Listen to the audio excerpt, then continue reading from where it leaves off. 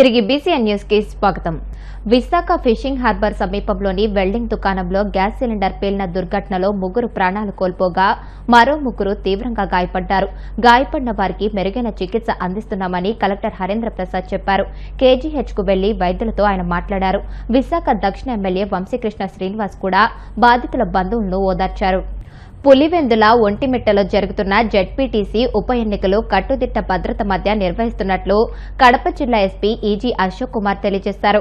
Kadapa Pennar conference హాల్లో ఏర్పాటు చేసిన సమావేశంలో ఆయన మాట్లాడుతూ పులివెందుల ఒంటిమిట్టలో 12న ఎన్నికలు జరుగుతున్నాయని 14న కౌంటింగ్ ఉంటుందని అన్నారు. ఇప్పటికే కట్టుదిట్టమైన ఏర్పాట్లు చేశామని అన్నారు. అయినప్పటికీ 2 సంఘటనలు జరిగాయని, సభ్యులు వారికి కేటాయించిన గ్రామాల్లో మాత్రమే ప్రచారం చేయాలని, అలా కాకుండా అనధికారికంగా వేరే గ్రామాలకు వెళ్లి ప్రచారం చేయడం సరికాదని అన్నారు.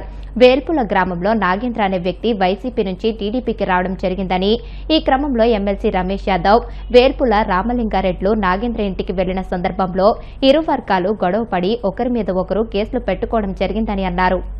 ఒంటిమిట్ట 2 జెడ్పీటీసీ స్థానాలకి ఎలక్షన్స్ 12వ తేదీ జరగబోతున్నాయి. 14వ తేదీ కౌంటింగ్ జరగబోతోంది. దీంట్లో భాగంగా మనం కట్టుదిట్టమైనటువంటి భద్రతా ఏర్పాట్లు చేయడం జరిగింది. అయితే మనకు 2 సంఘటనలు జరిగాయి. దాంట్లో భాగంగా ఎవరైతే రాజకీయ పార్టీలు వాళ్ళ కేటాయించినటువంటి గ్రామాల్లో మాత్రమే ప్రచారం చేయాల్సి ఉంటుంది. అలా కాకుండా అనాథరైజ్డ్గా వేరే గ్రామాల్లోకి పోయినప్పుడు దాన్ని నాగేంద్రారెడ్డి అనే అతని వైసీపీలో నుంచి టీడీపీలోకి జాయిన్ అయినటువంటి అతని ఇంటికి వేల్పుల రామలింగారెడ్డి మరియు ఎమ్మెల్సీ రమేష్ యాదవ్ గారు వెళ్ళడం జరిగింది. ఆ టైంలో అదే టైంలో టీడీపీ వాళ్ళు అక్కడ ప్రచారం నిర్వహిస్తూ ఉన్నారు. దాంట్లో జరిగినటువంటి గొడవల్లో ఇద్దరు కూడా ఒకరి మీద ఒకరు కేసులు పెట్టుకున్నారు. దాని మీద కేసు రిజిస్టర్ చేయడం జరిగింది. ఇన్వెస్టిగేషన్ కంటిన్యూ అవుతుంది. Will take action based on the merits. Bind over దాదాపు ఒంటిమిట్టలో అదేవిధంగా పులివెందులలో కలిసి దాదాపు 120 మంది పైన మనం బైండ్ ఓవర్ చేయడం జరిగింది. ఆల్మోస్ట్ పులివెందుల అండ్ ఒంటిమిట్టలో ఉన్నటువంటి వెపన్స్ అన్నింటినీ కూడా పోలీస్ స్టేషన్స్లో హ్యాండ్ ఓవర్ చేసుకోవడం జరిగింది. 1, 2 అక్కడక్కడ ఉన్నాయి. వాళ్ళు హైదరాబాద్లోనే వేరే ప్రాంతాల్లో ఉండడం వల్ల ఆ వెపన్స్ను కూడా సీజ్ చేయడం జరుగుతుంది. ఎలక్షన్స్ కంప్లీట్ అయ్యేంత వరకు కూడా అందరూ కూడా రూల్స్ను ఖచ్చితంగా పాటించాల్సి ఉంటుంది. మోడల్ కోడ్ ఆఫ్ కండక్ట్ని అతిక్రమించినట్లయితే ఖచ్చితంగా వాళ్ళ మీద కేసెస్ రిజిస్టర్ చేయడం జరుగుతుంది. క్లియర్గా ఇండికేషన్ ఇవ్వడం జరిగింది ఆ రాజకీయ ప్రతినిధులకు కావచ్చు, వాళ్ళకు కూడా మీరు డెసిగ్నేటెడ్ విలేజెస్కి పోయి మాత్రం ప్రచారం చేసుకోవాలి. వేరే వాళ్ళు మీరు కన్ఫ్రంట్ అయ్యేదానికి అవకాశం ఉండకూడదు అనేది క్లియర్గా చెప్పడం జరిగింది. దాన్ని వయలేషన్ చేసినప్పుడు ఖచ్చితంగా వాళ్ళ మీద కూడా కేసెస్ రిజిస్టర్ చేయడం జరుగుతుంది. హవెవర్ మొబైల్ పెట్రోలింగ్ పార్టీస్ ఉన్నాయి. అదేవిధంగా స్ట్రైకింగ్ ఫోర్స్లు ఏర్పాటు చేయడం జరిగింది.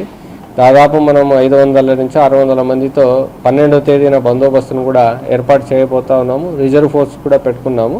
సీసీ కెమెరాలు, డ్రోన్స్ ద్వారా కూడా నిఘాని విస్తృతం చేస్తూ ఉన్నాము. ఎట్లాంటి సంఘటనలు జరగకుండా we are trying our level best. ఎందుకంటే వేల్పుల రామలింగారెడ్డి కనంపల్లి విలేజ్కి పోయి ప్రచారం చేయాల్సినటువంటి అవసరం ఉంది. బట్ ఆ టైంలో కనంపల్లిలో కాకుండా నల్లగొండవారిపల్లికి ఉన్నట్లుండి వెళ్ళడం జరిగింది. అంతేగాని అతను వెళ్ళి నాగేంద్రారెడ్డి అనే అతను వైసీపీ నుంచి టీడీపీలోకి జాయిన్ అయినటువంటి ఇంటికి వెళ్ళాడు. అక్కడ నాగేంద్రారెడ్డికి కానీ వేల్పుల రామలింగారెడ్డికి మధ్యలో మైనింగ్ ఇష్యూస్ ఏం లేవు.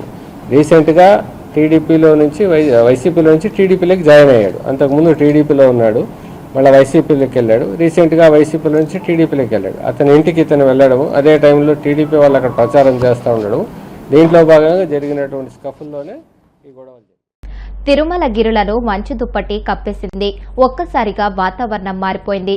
భక్తులకు సరికొత్త అనుభూతిని పంచుతోంది.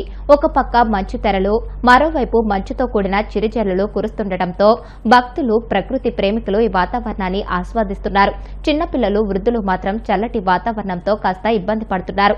స్వామివారి దర్శనానికి వచ్చే భక్తులు స్వెటర్లు, దుప్పట్లు ధరించారు. 2 ఘాట్ రోడ్లలో కొండల మధ్య మంచు తెరలు కనువిందు చేస్తున్నాయి. ముస్లింలకు 100% రిజర్వేషన్లు కల్పించేందుకే కాంగ్రెస్ జంతర్ మంతర్ వద్ద ధర్నా చేపట్టిందని కేంద్ర మంత్రి బండి సంజయ్ అన్నారు. బీసీలకు న్యాయం చేయాలన్న నిజాయితీ లేదని, బీసీలపై ఆ పార్టీ మొసలి కన్నీరు కారుస్తుందని విమర్శించారు. ఢిల్లీలో ఆయన మాట్లాడుతూ కాంగ్రెస్ ధర్నాకు సోనియా, ఖార్గే, రాహుల్ రాలేదని, వాళ్ల కార్యక్రమం ఫ్లాప్ షోగా సాగిందని అన్నారు. మోదీ ప్రభుత్వం ఇప్పటికే బీసీలకు 27% రిజర్వేషన్లు అమలు చేస్తుందని చెప్పారు.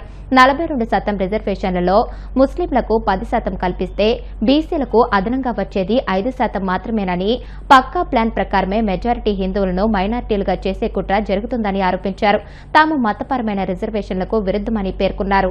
ఈరోజు ఢిల్లీలో తెలంగాణ రాష్ట్ర కాంగ్రెస్ పార్టీ ప్రభుత్వం బీసీ రిజర్వేషన్ల కోసం అంటూ ఇవాళ ఆందోళన కార్యక్రమం నిర్వహించడం నిజంగా హాస్యాస్పదం. బీసీ రిజర్వేషన్లకు భారతీయ జనతా పార్టీ వ్యతిరేకం కాదు. ఈ దేశంలో బడుగు బలహీన వర్గాల కోసం, అగ్రవర్ణాల్లో పేదల కోసం కష్టపడి పరితపించే పార్టీ, వాళ్ళను ఆదరించే పార్టీ, వాళ్ళని అవ్వాడించే పార్టీ, వాళ్ళని ఆదుకునే పార్టీ నరేంద్ర మోడీ గారి నేతృత్వంలోని ఎన్డీఏ ప్రభుత్వం, భారతీయ జనతా పార్టీ అనే విషయాన్ని కాంగ్రెస్ పార్టీ గుర్తుంచుకోవాలి. వాళ్ళ ఇప్పటికే 27% రిజర్వేషన్లు బీసీలకు కేంద్ర ప్రభుత్వం, నరేంద్ర మోడీ ప్రభుత్వం స్థానిక సంస్థల ఎన్నికలు ఇస్తున్నది. కేవలం కాంగ్రెస్ పార్టీ ప్రభుత్వం ఇచ్చేది 5% మాత్రమే. 10% రిజర్వేషన్లు ముస్లింలకు ఇస్తున్నారు. 42% రిజర్వేషన్లో 10% ముస్లింలు, 5% మాత్రమే ఇలా బీసీలకు ఇస్తే దీన్ని బీసీ రిజర్వేషన్స్ అంటారా, ముస్లిం రిజర్వేషన్స్ అంటారా? కాంగ్రెస్ పార్టీ స్పష్టం చేయాలి.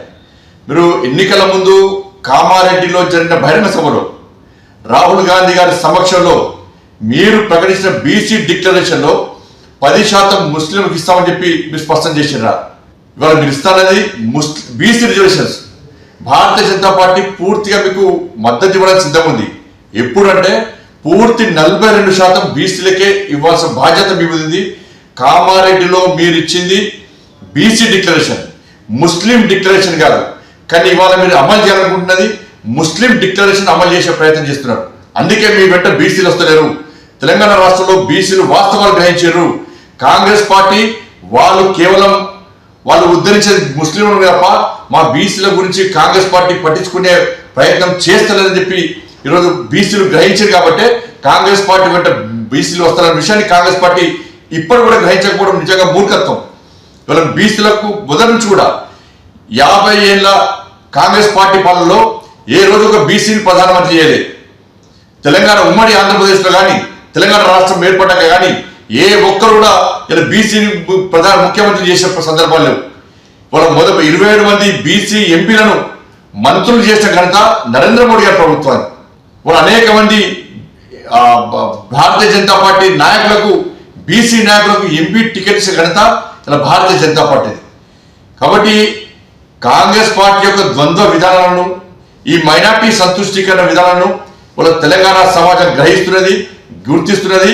ఇవాళ మళ్ళీ మేము స్పష్టం చేస్తున్నాం, ముస్లిం రిజర్వేషన్లకు భారతీయ జనతా పార్టీ వ్యతిరేకం.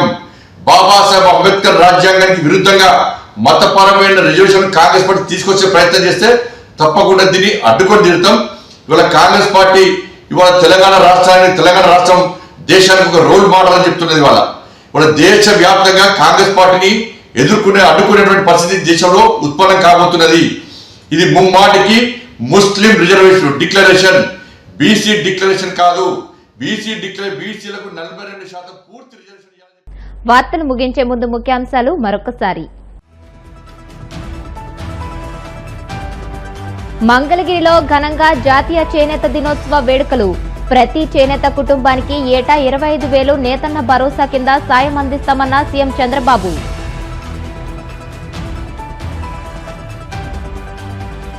మద్యం దుకాణాలకు అనుబంధంగా పర్మిట్ రూమ్ల ఏర్పాటు నిర్ణయాన్ని తక్షణం వెనక్కి తీసుకోవాలి. YCP MLC Varudu Kalyani demand.